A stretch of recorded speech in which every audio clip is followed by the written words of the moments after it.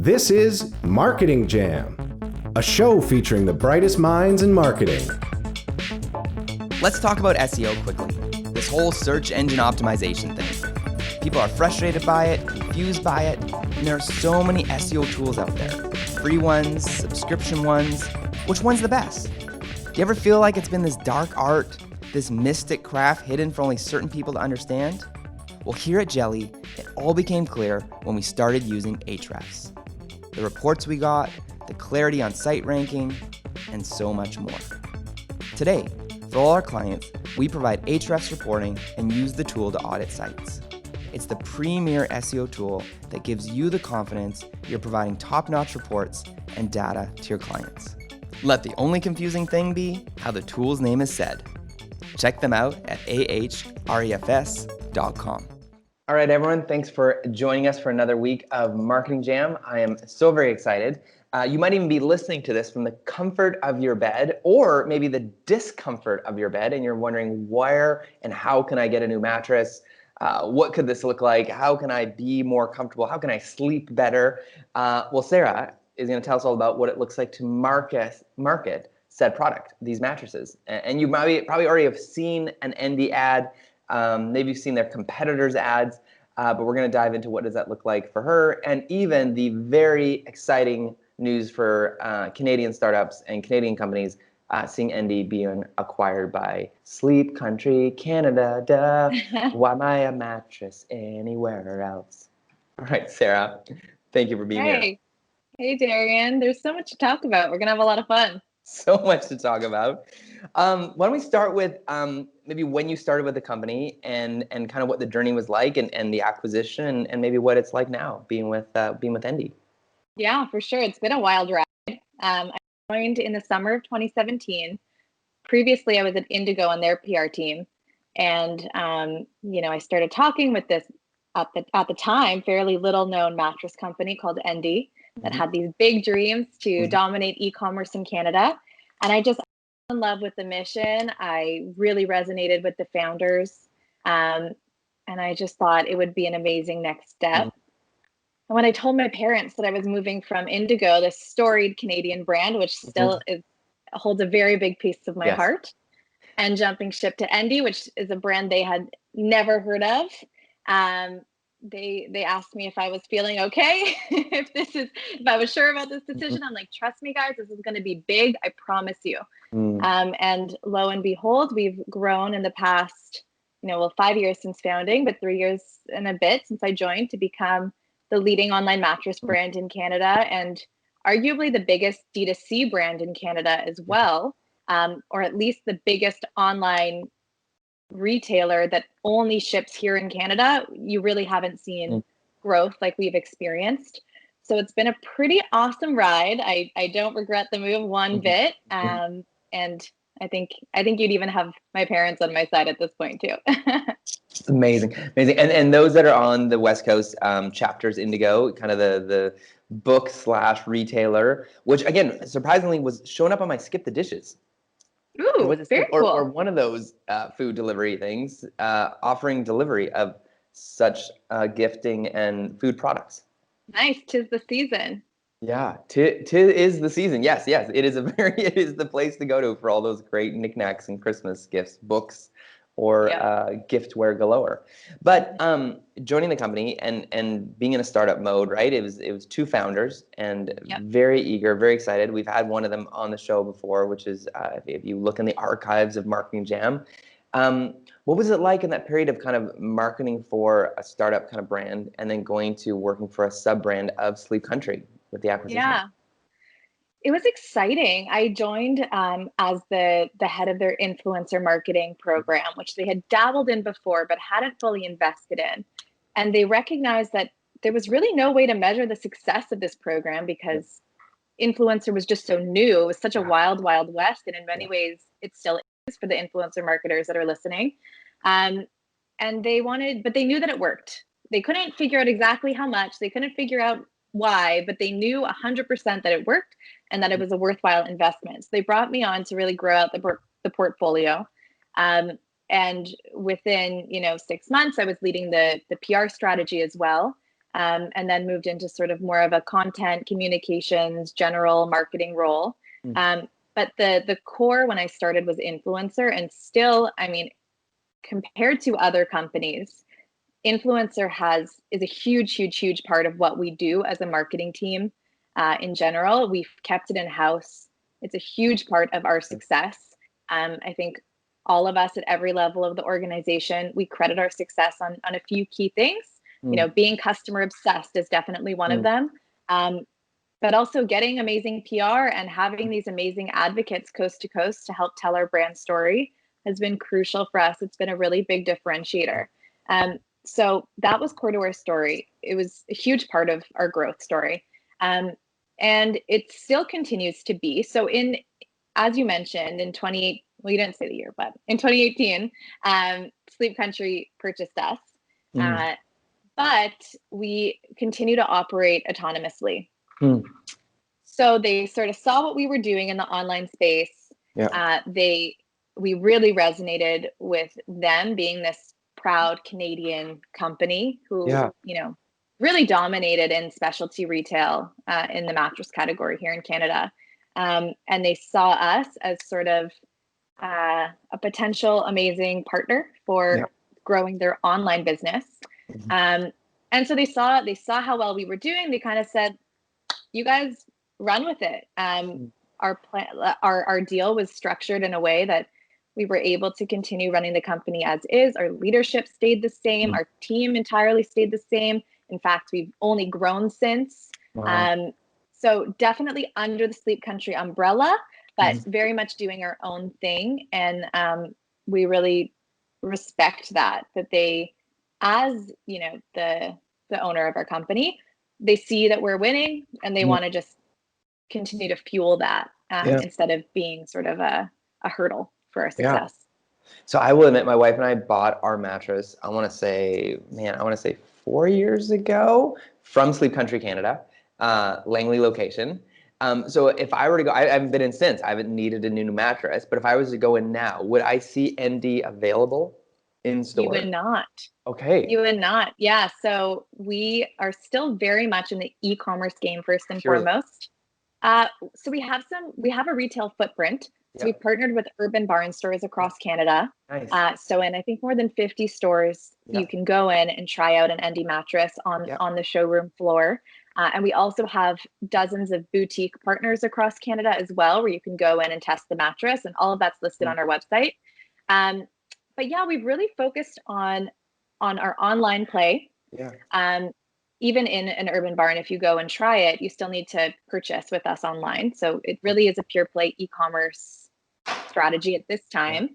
But yeah, I mean, we focused on our 100-night trial, really communicating that to customers and being there for them. If for whatever reason they don't absolutely love the mattress, we'll come and pick it up and we'll make sure that wherever we can, we'll donate it as well.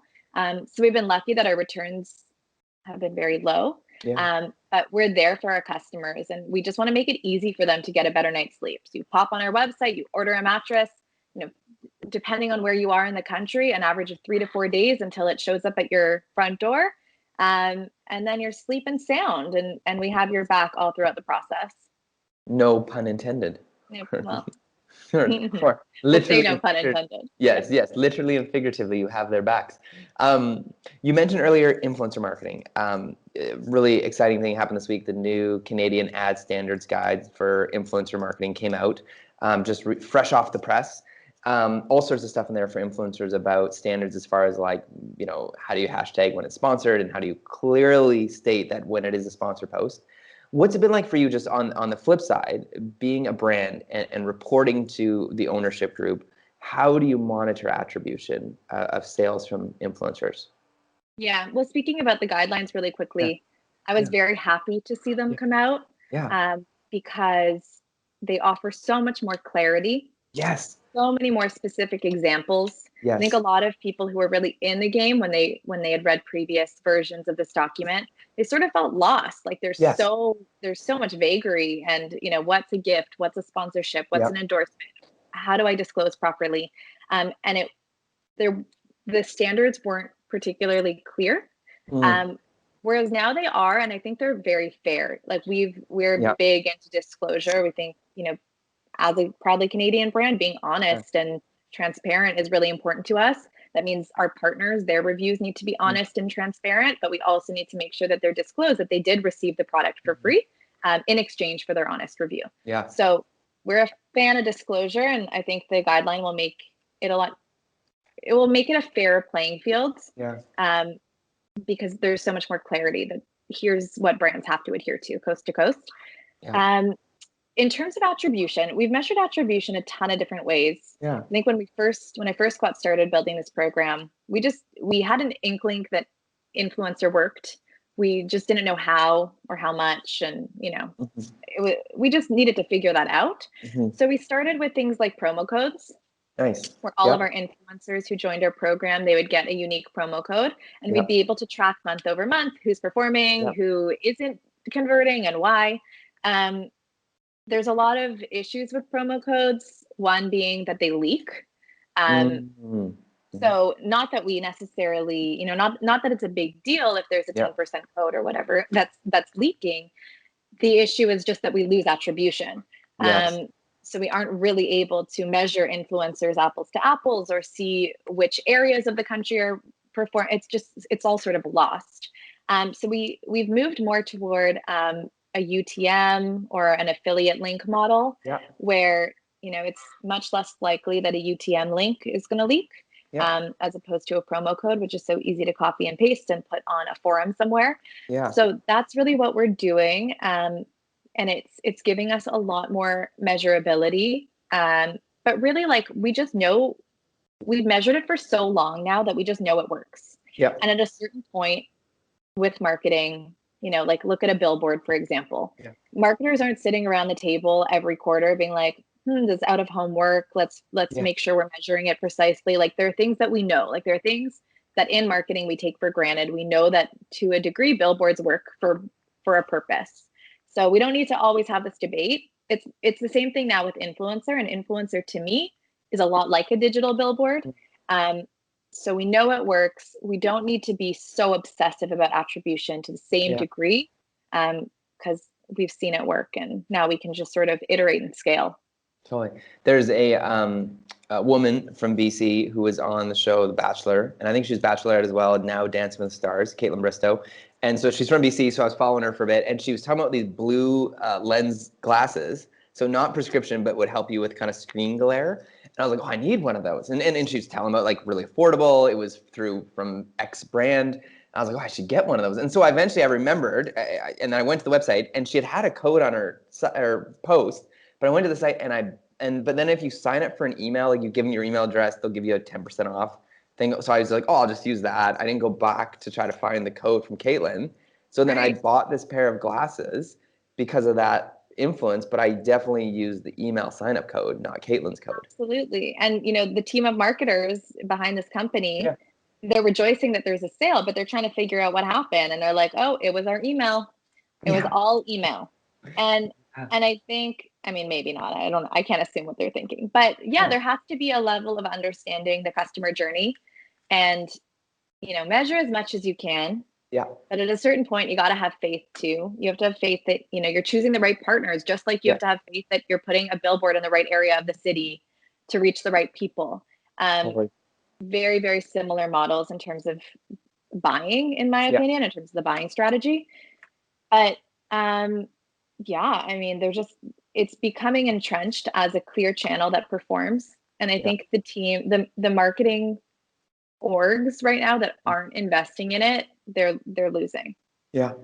And even just to kind of shift from there, but stay in this. I want to say stay in the same world, but maybe you want to argue against that. But podcast marketing, I kept hearing about this thing called Blue Apron. This is early days.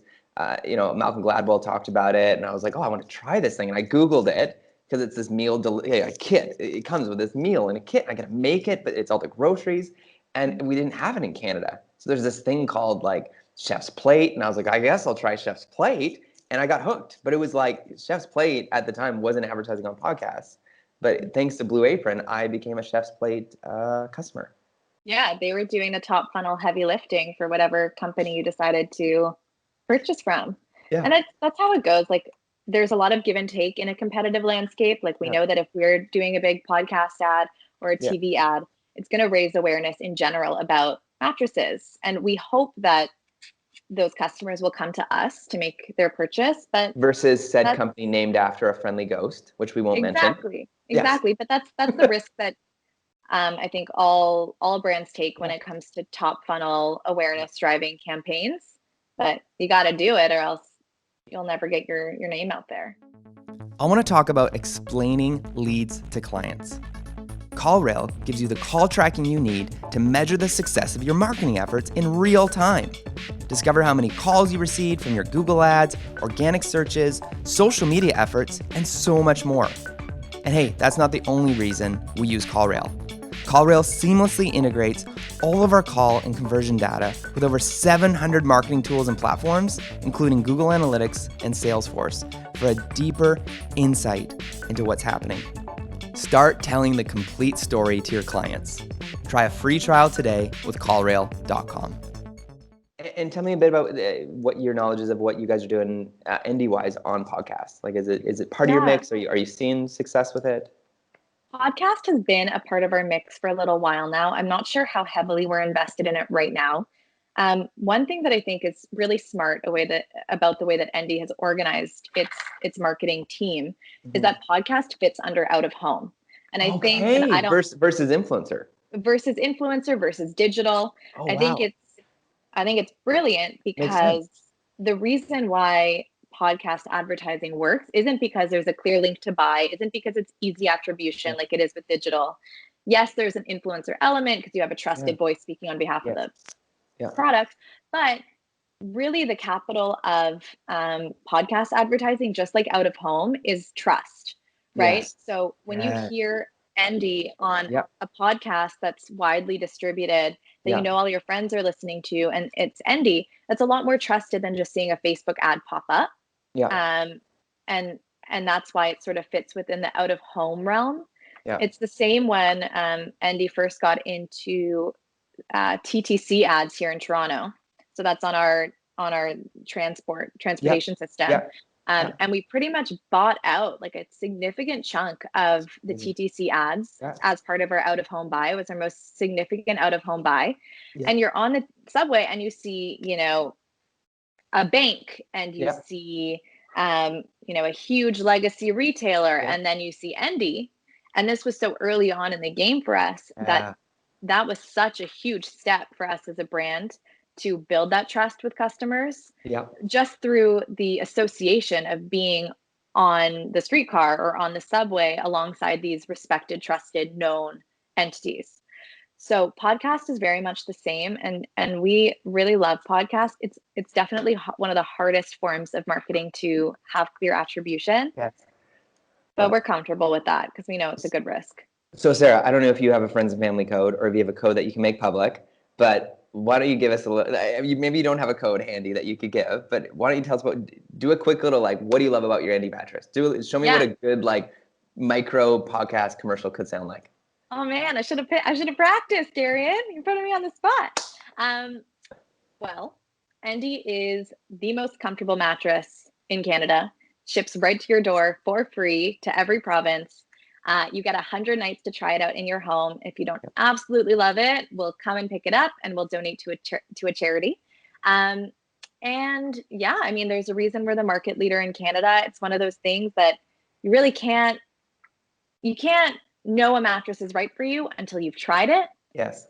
Right? Everyone likes something different, but we really think we've developed a mattress that has that perfect balance of comfort and support that when most Canadians lay on it, they're like, this is bliss. So I do highly recommend it. We pretty much always have some sort of offer running. Perfect. They cycle, but check out endy.com and see what's there, what's going on, and you won't be disappointed. You can also sign up for our email for a discount code as well. There's a little code. Going back to the attribution. How did you hear about it? And if they give you, they may have some options. If they hear there's an open option, put Sarah on a podcast because that could change her life, and she might, get something cool for it, like a high five. An air high five. Yeah. You know it. Yeah. one of the ads that I saw you guys run, which I thought was, and I reference it quite often actually, is you were on a breakfast television show. I want to say in Toronto, like one of the breakfast television Rogers, segments. So I was like, oh, you're in the news. But then what I realized, it was actually a Facebook ad of that said news segment. So I think you had been on the show, and then it was an ad, and it was like, try us here, and then the CTA was try us out. And I thought it was one of the most brilliant things, because for me, when Endy and these other brands came in the market, it was like, can I trust that? Do I want a mail order mattress? But then to see it on a news segment, I actually watched the news segment. I was intrigued by it. I was like, oh, this is legit. They're on the news. Yeah. Yeah. The BT segment was, I think, our first test to amplify an organic earned story. Yes. And it was great, right? It was an engaging video of one of our influencers at the time talking about their Endy mattress, why they love it, showing the box it comes in, which at the time was much larger, which is fun to watch now, because we've just innovated so much since then. But yeah, it was that instant trust, right? Because even if you didn't know Endy at that time, that was probably in 2016. A year after we were founded. So if you didn't know Endy, you definitely knew breakfast television. Yes. And okay, it's a product that's on breakfast television. Again, it must be good. Like it's worth learning more about. So we piggybacked on the trust of breakfast television in that instance. And in that specific example, like you said, there was a CTA that drove to our website, which every marketer wants to do. Like if they're spending dollars on an ad, they want to get people, especially if it's a digital retailer, we want to get traffic back to our site. But then we started testing and took things a little bit further than that with our organic earned stories. So one great example is a story from a year ago, maybe now, in Chatelaine, which compared Endy to one of our biggest competitors. Well, I found that article. I Google searched and found that article. It's like the #1 thing that shows up organically, SEO wise, in Canada. It's the most amazing organic story. This was a journalist who just wanted to try out Endy, wanted to try out our competitor, wanted to share her experience and see which one she personally liked better. And we Google ended up versus. They love versus. Google articles. loves versus, and in the online mattress world, you can't try out the mattress at home. You want to see what other people have to say. Of course. So this article was amazing. It had photos. It was from the first person perspective. It really it talked about the delivery experience, the ordering experience, what it was like to unbox it, everything that a customer might want to know. And then it ended with a clearly definitive, Endy is my choice. And we saw this and we were like, this story is gold, because it's authentic, it's real, it's from a trusted source. But the issue is, as we know, that readership of these publications is declining. Right? Social media is on the rise, mass media is falling. So we figured, like, how can we supplement this? Like, what can we do as a brand to make sure that people are seeing this beyond the news cycle? Not just the people going to chatelaine.com that afternoon, seeing it on the homepage and never seeing it again. So we actually created Facebook ads and ads across, other native platforms too, to drive traffic to chatelaine.com to read this story. Which is so antithetical to how most marketers want to spend their ad budget, right? Like they want to get traffic to their site and they want to see the immediate attribution. But we had faith that this answered every question that our customers want to know. Amazing. So we drove a ton of traffic to chatelaine.com over the years. And, in Facebook's back end, like in our ad manager, we're still able to see attribution tied to that ad. So somebody goes to that ad within 28 days, do they purchase or not, compared to all of our other ads that are running. And even though we were driving traffic away from Endy.com, people were coming back at a much higher rate than our other ads to buy. So Sarah, I got to ask 2 questions. One, do you see that story, or is that purely natural? Like, it was the result of organic pitching and yes, relationship building and just old school PR, but fully organic and earned. And then secondly, has Chatelaine sent your office flowers or chocolates yet to say thank you for all the traffic to our site? Not yet, but we're working on it.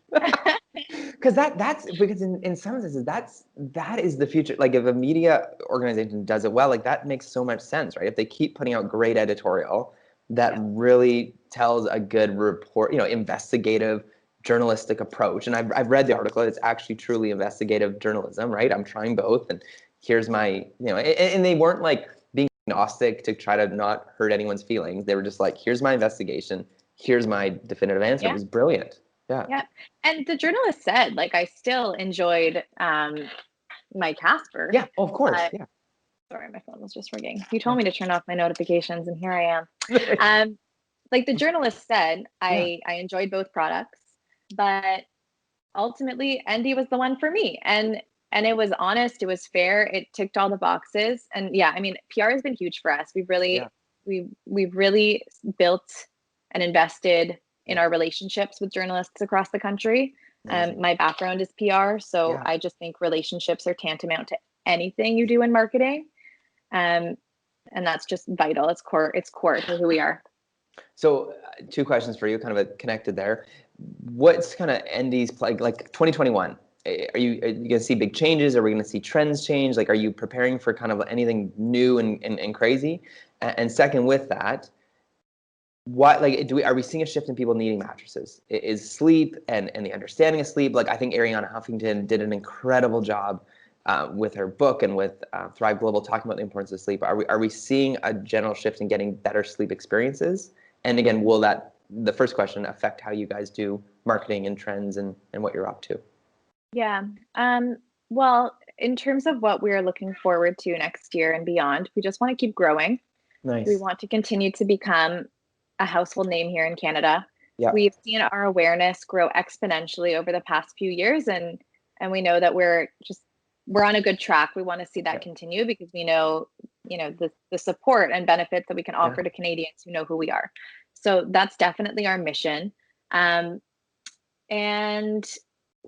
sleep has been top of mind for quite a while. I think we definitely see it brought up. I think people are just talking about it. People are thinking about it. We're learning more about the ties and the links between sleep and mental health and sleep and just general health and wellness. Yeah, immunity. Immunity, absolutely. So if people can make an investment that's, isn't going to break the bank to help their sleep improve, like, I think it's an easy decision for most people. But yeah, I mean, sleep is definitely top of mind. I think especially right now, people are spending more time at home than ever. Yes. It's going to be a long winter. Yes. And it's a lot of dark, long nights. Yes. And people want to wake up feeling as refreshed as they possibly can. And I think there's also a lot of positive affinity towards supporting a Canadian company, and where possible buying Canadian made products. So yeah, our customers definitely they get our mission. Like they just resonate so strongly with what we're trying to do in terms of building this homegrown Canadian company, helping Canadians sleep better, and they see how it aligns with what they want to get out of life. So yeah, sleep is very much top of mind.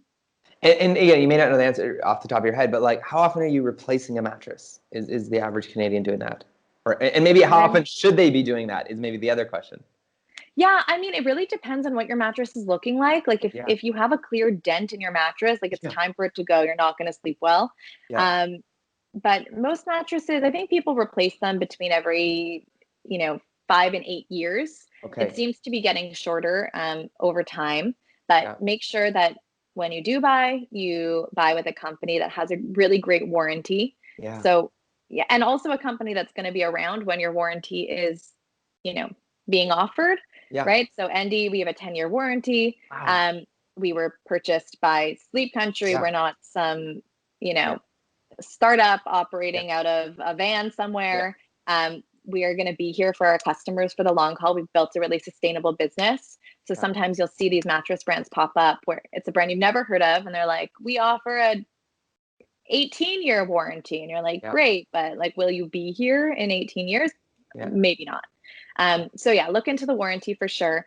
But I mean, really, if you're just not sleeping well, it might be worth the test, just to see if a mattress change is good for you, and it might help make the difference. It's awesome. And for you, I'm curious to know, to stay on trend and say what's happening in the news and media, what's your go-to? Do you use apps? Do you get a physical newspaper? What are your ways to consume media and kind of stay on top of things? Yeah, I'm a huge news junkie. To the point of obsession, which is sometimes unhealthy. But I'm on Twitter all the time. Twitter is really my main source. I think it's such a perfect intersection of what's going on in the news, also what's going on in the media. As someone who's in PR, I just love to see what's going on in the Canadian media landscape. That's all found on Twitter. I am a huge fan of podcasts. So I listen to New York Times The Daily every day. I'm a big fan of Front Burner and The Big Story, which are some great Canadian news podcasts as well. And yeah, I'm also a bit of a bookworm, so always reading something. When I can. Sometimes it gets a little crazy. But yeah, I could probably put a cap on how much news I'm consuming for my own good, but I can't seem to stop. You let me know if you find a way, Darian. Okay, I've it's funny. I've actually recently gotten the Google News app on my phone, and then I have an iPhone, so I've got the Apple News on kind of my widget there as well. I find them interesting to see what I just love, even the compare and contrast what Google versus Apple is choosing to push forward, and what is becoming trending on those respective kind of like curated tools, you could call it. Interesting. Yeah. Very cool. But yes. And random fact, my wife and I still, we've got 4 kiddos at home, but we've somehow figured out a way. We get a physical Globe Mail sent to our house on Saturday mornings, and we get it, and we physically go through it, and sometimes it takes a day, sometimes a whole week before we get through it all, but it's a really great thing. And I love every holiday, they always do the big crossword puzzle for us. Love that. Yeah. There's something so important about reading a newspaper as a family. That's how I grew up. Right now, I don't have a physical subscription, but I think when the time comes, when there's little ones running around, a newspaper is so vital. It just creates this instant connection, and to have something tactical that you can feed and feel and read and connect with. And I'm a huge fan of the Globe. I grew up with the Globe every day too. So I love that you're doing that with your family. And great for pirate hats and bonfires. Need it. So absolutely. And kindling. Yes. Once the day is done. Yes. It's going to be a cold winter. We're having some fire pits outside. It's going to be nice. Oh man, I love what you guys are doing. I'm so excited seeing the growth, and even having interviewed your company a few years ago on the show, and just before the Sleep Country acquisition, and just kind of seeing the fire and energy and excitement in one of your co-founders was really awesome. But Sarah, it's so great to have you on the show. What you're doing is awesome, and I think a lot of brands can be following Endy and the way you're doing influencer marketing and marketing in general here in Canada. Awesome. Thanks, Darian. It was so nice to chat. Yeah. Well, thanks everyone for joining us here on Marketing Jam, and we'll see you next week on the Jam.